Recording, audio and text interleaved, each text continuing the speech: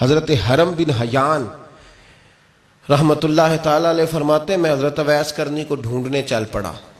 ڈھونڈنے بھی اسے نکلا جسے کسی نے نہیں ڈھونڈا اور جو کبھی کسی کو نہیں ملے. حضرت اویس کرنی، یہ فکرہ کسی درویش نے نا حضرت اویس کرنی کے لیے کہا.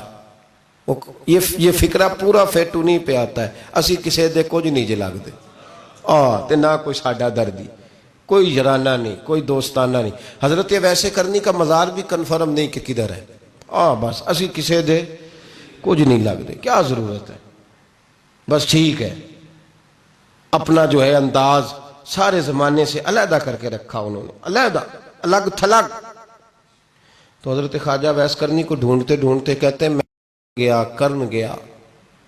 حضرت حرم بھی نہیں، یہ داتا صاحب نے اس کو لکھا ہے. فرماتے ہیں میں گیا تو مجھے لوگوں نے کہا وہ تو حج کرنے چلے گئے. کہتے ہیں جب میں مکے گیا تو میں نے لوگوں سے پوچھا اویس کرنی آئے تھے؟ کہنے لگے ہم تو نہیں جانتے. یہ تو میرے جیسے لوگ ہوتے ہیں نا جن کی تصویریں زیادہ نکلتی ہیں تو جن کی ویڈیو زیادہ ہوتی ہے تو لوگ زیادہ جاننے لگتے ہیں، ورنہ رب کریم کے بندے تو چھپے ہوئے چکر میں پڑے ہی نہیں. کون اویس کرنی؟ تو انہوں نے کہا کہ حضرت اویس کرنی، چہرے پر برس کے داغ ہیں، کمزور سا وجود ہے، داڑھی زیادہ گھنی نہیں. جب حالات بتائے تو کہنے لگے اس طرح کا ایک شخص آیا تھا، اس نے طواف کیا تھا. پہلے بھی دنیا کرتی ہے پر جب اس نے کیا ہے نا تو اس کے طواف نے وہ خود بھی رویا ہے اور بھی بڑے روئے ہیں. وہ جب حجر اسود پہ آیا ہے تو رنگ بدلتا دیکھا ہے. کہا وہ کدھر گئے؟ کہنے لگے پورا نہیں پتا، اتنا ضرور خبر ہے کہ ان کے انداز بتاتے تھے کہ اب مدینے جائیں گے. تو جناب حرم بن حیان کہتے ہیں پھر میں مدینے گیا، میں نے خواجہ اویس کو ڈھونڈا. میں نے کہا یار میں نے حضرت خواجہ اویس کرنی کو ملنا ہے، کسی نے بتایا ہے کہ وہ مدینہ شریف آئے. تو لوگ کہنے لگے ہم نہیں جانتے وہ کون ہے. دیکھیں نا دنیا جان گئی، دنیا میں بڑا کچھ ہو گیا. بائی نیم لوگ جاننے لگے، ہوٹلوں پہ پہچاننے لگے، سڑکوں پہ پہچاننے لگے. لیکن بات تو یہ ہے کہ جن کو پہچاننا چاہیے اگر وہ پہچان لیں پھر تو بڑی بات ہے، پھر تو بڑی بات ہے. لیکن اگر وہاں ہی پہچان نہ ہو سکے تو پھر تو معاملہ بڑا الگ سا ہے نا. عزیز بھائی، حضرت خواجہ اویس کرنی کے بارے میں پوچھا تو مدینہ شریف کے زائرین اور وہاں کے مقامی لوگ بھی کہنے لگے کوئی نہیں پتا، ہم نہیں جانتے، ملے ہی نہیں. تو کہا باریک سا وجود ہے، پرانا سا لباس ہے، برس کے داغ ہے، چہرے پہ داڑھی زیادہ گھنی نہیں، کسی کو پاس نہیں بٹھاتے. اور پھر ایک جملہ اور کہا سنا ہے روتے ہیں تو بڑے درد سے روتے ہیں، سنا ہے بھیگی رہتی ہیں پلکیں، سنا ہے ان کی پلکیں بھیگی رہتی ہیں. میں 2-4 دن پہلے کسی سے سن رہا تھا شعر، اس نے کہا تھا ایک واری میری آنکھیاں تو انہوں نے اتھرو پونجے سن، ہن چسکا پہ گیا رونے دا ہر ویلے یا ہوزاری ہے. تو کہتے ہیں کہ وہ اس طرح کی اس کی کیفیت ہے. کہتے ہیں میں نے کہا یار وہی تو اویس کرنی تھے، کدھر گئے؟ کہنے لگے کوئی خبر نہیں. جب وہ آئے ہیں تو ان کے آنے کا انداز ہی نرالا تھا، سسکیاں اور آہیں نکل گئیں اس شخص کی جب وہ مدینے آیا. حضرت حرم بن حیان کہتے ہیں میں ڈھونڈتا رہا، تلاش کرتا رہا. پھر میں ان کو ڈھونڈتے ڈھونڈتے عراق میں آیا تو نہر فرات کے کنارے ایک کمزور سے آدمی کو ریت کے ٹیلے پر بیٹھ کے وضو کرتے دیکھا. کہتے ہیں جب ان کا وضو مکمل ہوا تو میں نے کہا السلام علیکم. تو کہتے انہوں نے چہرہ نہیں پھیرا، وہیں بیٹھے بیٹھے کہنے لگے وعلیکم السلام یا حرم بن حیان،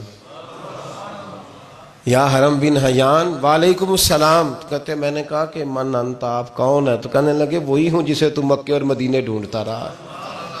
تو کہتے میں نے کہا حضور آپ میرا نام کیسے جانتے ہیں؟ بڑا خوبصورت جملہ ہے، اللہ کرے آپ کو یہ یاد رہ جائے. سبق کبھی نہ بھولنا، یہ سبق کبھی نہ بھولنا. بابا صاحب کے مزار پہ گئے تو خالی آ گئے، داتا صاحب گئے تو خالی ایسے ہی چلے گئے. ہم فارغ لوگ تھے، کوئی کام نہیں تھا کہ بابا فرید کی گلیوں میں گھومتے رہے. ہم فارغ تھے کہ 2 بجے حضرت سلطان باہو رحمت اللہ علیہ کی جالیوں کے سامنے کھڑے رہے. ہم کوئی پتھر چاٹنے والے لوگ تھے کہ آدھی رات بیت گئی اور ہم بزرگان کرما والا شریف کھڑے رہے. یہ کیسے ہو گیا کہ محدث اعظم کے مزار پہ کھڑے رہے؟ ایسے ہی کوئی بات تھی؟ حضرت اویس کرنی بول کر فرمانے لگے، کہنے لگے کیا کہا تو نے کہ میں تجھے کیسے جانتا ہوں؟ فرمانے لگے تو مجھ سے پیار کرتا ہے. عارف تو روحی من روحی کا، میری روح تیری روح کی جاننے والی ہے. یہ روحوں کا رشتہ ہے، یہ خطا نہیں جایا کرتا. عرفت روحی من روحی کا، میری روح تیری روح کو جانتی ہے. یہ کیسے ہو گیا؟ کوئی ایسے لوگ تھے تو اتنی جگہ مجھے تلاش کر آیا اور میں تجھے جانوں نہ؟ یہ کیسے ہو سکتا ہے؟ یہ کیسے ممکن ہے؟ تو ڈھونڈتا رہا گلی گلی اور میں کہوں کہ میں تجھے جانتا نہیں. فرمایا حرم بھی نہ جان میں؟ ہاں میں دعا کرتا ہوں اللہ کی بارگاہ میں کہ رب کریم مجھے اور تجھے جنت میں اکٹھا کر دے. کہتے ہیں جب انہوں نے یہ دعا کی تو وہ چل پڑے. میں نے کہا حضور کہاں جا رہے ہو؟ فرمانے لگے میرا پیچھا نہ کرنا، میں کسی اور منزل کا مسافر ہوں، اور جس رستے میں چل رہا ہوں نا ان منزلوں پہ ساتھ نہیں کسی کو لیا جاتا. یہ میری اپنی ذاتی منزل ہے، اس میں پاؤں پہ چھالے ذرا سخت ہوتے ہیں. ہر آدمی کا کام نہیں یہاں چلنا، تو مجھے تنہا رہنے دے اور مجھے اپنی مرضی سے چلنے دے.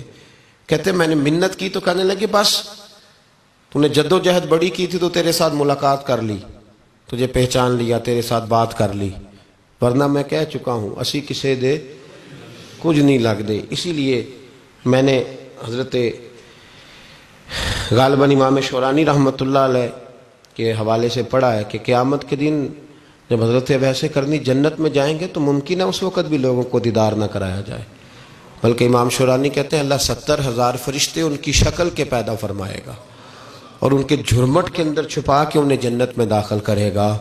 ملاقات کس سے ہوگی؟ صرف انہی سے ہوگی جن کے لیے انہوں نے زندگی گزار دی. یا خدا سے ملیں گے یا مصطفیٰ کریم سے ملیں گے. یہ بھی لوگ تو محبت کریں. صالحین کا پیار، نیک لوگوں کی محبت، صالحین کی محبت رستہ آسان کرتی.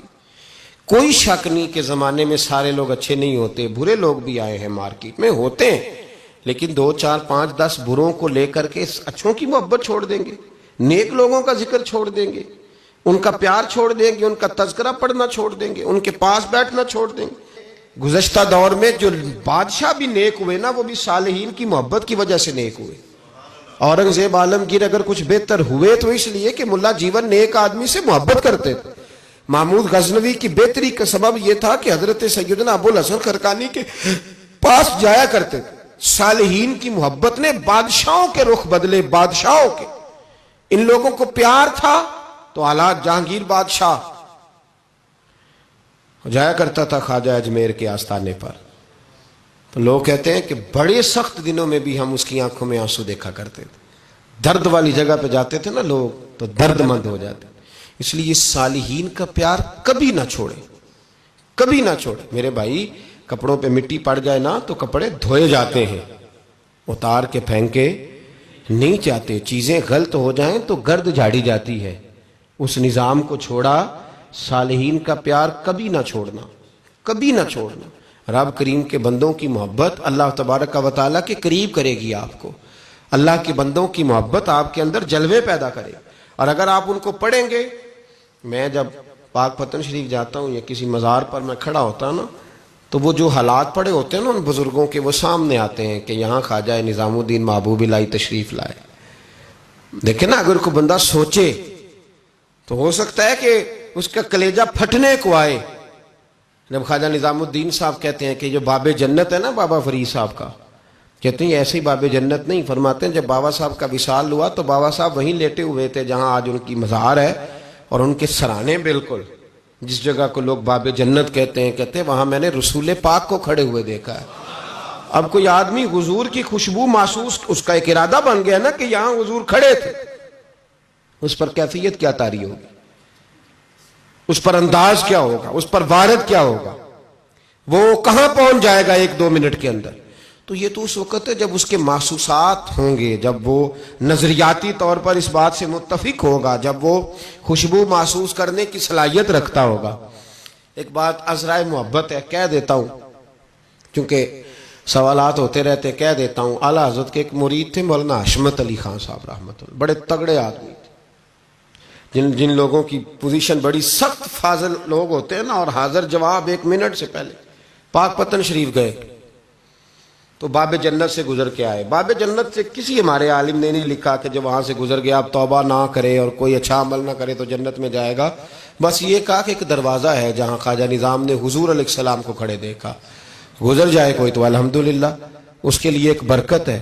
لیکن کسی شخص نے یہ نہیں کہا کہ اب وہاں سے نکل کے آ جائے اور معاذ اللہ جھوٹ بولے، جو مرضی کرے اور کہ میں جنتی ہو گیا، یہ معنی کسی بندے نے بھی بیان نہیں کیا۔ ہاں وہاں سے گزر کے آئے، سچی توبہ کرے، بعد میں اپنے اعمال پہ محنت کرے، اللہ اسے برکت عطا کرے گا۔ فرماتے ہیں میں پاک پتن شریف سے ہو کے آیا، رش بڑا تھا، اس کے ایام تھے، تو باب جنت سے گزر کے آیا تو میں بس کی چھت پہ بیٹھ گیا، کچھ اور لوگ بھی تھے، تو ان میں سے کچھ ایسے صاحبان بھی تھے جن کو بیماری ہوتی ہے چھیڑ کے رکھنے کی، کوئی نہ کوئی بات کیے رہتے ہیں، یہ ہو گیا تو وہ ہو گیا، کہتے ہیں انہوں نے بات چھیڑ دی، مولانا کہاں سے آ رہے تو میں نے کہا پاک پتن شریف۔ تو کہنے لگے کہ آپ وہ بہشتی دروازہ جس کو کہتے ہیں باب جنت، وہاں سے بھی گزرے ہیں؟ کہنے لگے الحمدللہ، لائن تو بڑی لمبی تھی پر موقع مل ہی گیا ہے، گزر گیا ہوں وہاں سے۔ تو کہتے ہیں مجھے سونگنے لگ گئے۔ کہنے لگے پھر تو آپ جنتی ہو گئے ہوں گے، پر آپ کے پاس سے جنت کی خوشبو نہیں آ رہی۔ تنزیہ، انہوں نے کہا تنزیہ۔ تو کہتے ہیں انہوں نے طنز کیا تو مجھے بھی حق حاصل تھا، جواب در جواب کی تو اجازت ہونی چاہیے نا۔ میں نے کہا مولانا آپ کیوں سونگ رہے ہیں؟ کہنے لگے میں نے حدیث پاک میں پڑھا ہے کہ جنتی 500 سال بھی دور ہوگا تو اس کے پاس سے خوشبو آئے گی، یعنی 500 سال لگیں گے ابھی اس تک، تو پھر بھی جنت کی خوشبو آئے گی، تو آپ سے تو کوئی نہیں آ رہی۔ کہتے ہیں میں نے ان سے کہا آپ نے ایک حدیث پڑھی ہے، اگلی بھی پڑھ لینی تھی، حضور نے فرمایا جہنمی کو جنت کی خوشبو کوئی نہیں آئے گی۔ یہ نہیں پڑھی آپ نے حدیث، یہ نہیں نظر سے گزری؟ تو کہتے ہیں اب وہ مولانا مجھ سے معذرت کرنے لگے، کہنے لگے یار آپ تو ناراض ہی ہو گئے۔ تو میں نے کہا بھی آپ نے کیوں چھیڑی بات؟ میں نے آپ سے کوئی ڈسکس کیا؟ آپ نے پوچھا کہاں سے، پھر آپ ہی نے کہہ دیا کہ وہاں سے گزرے کہ نہیں جنتی دروازے سے، اور پھر آپ نے ہی اعتراض کر دیا، تو پھر ہمیں اتنا تو حق حاصل ہے نا، ہم آپ بھی کرتے ہیں تو ہو جاتے ہیں بدنام، اور تم قتل بھی کر دو تو چرچا نہیں ہوتا، ہمیں بھی تو حق حاصل ہے نا، اتنا تو جواب در جواب ہم دے سکتے ہیں۔ تو بھائی اس لیے صالحین کی محبت کبھی نہ چھوڑیں، اللہ کے بندوں کا پیار کبھی نہ چھوڑیں، کسی بزرگ کا ذکر ہو، کسی صحابی کی بات ہو، اہل بیت حتیٰ کہ انبیاء کرام علیہ السلام، اللہ کے انبیاء کی محبت، ان کی تعظیم، ان کا اکرام اپنے دل میں بٹھائیں، اس کو جگہ دیں۔ یہ تکمیل ایمان کے لیے بڑا ضروری ہے۔ فقد استکمل الایمان کے لفظ آئے حدیث میں، اگر تکمیل ایمان چاہیے تو اللہ کی رضا کے لیے لوگوں سے محبت کرنی چاہیے۔ اللہ عمل کی توفیق عطا فرمائے۔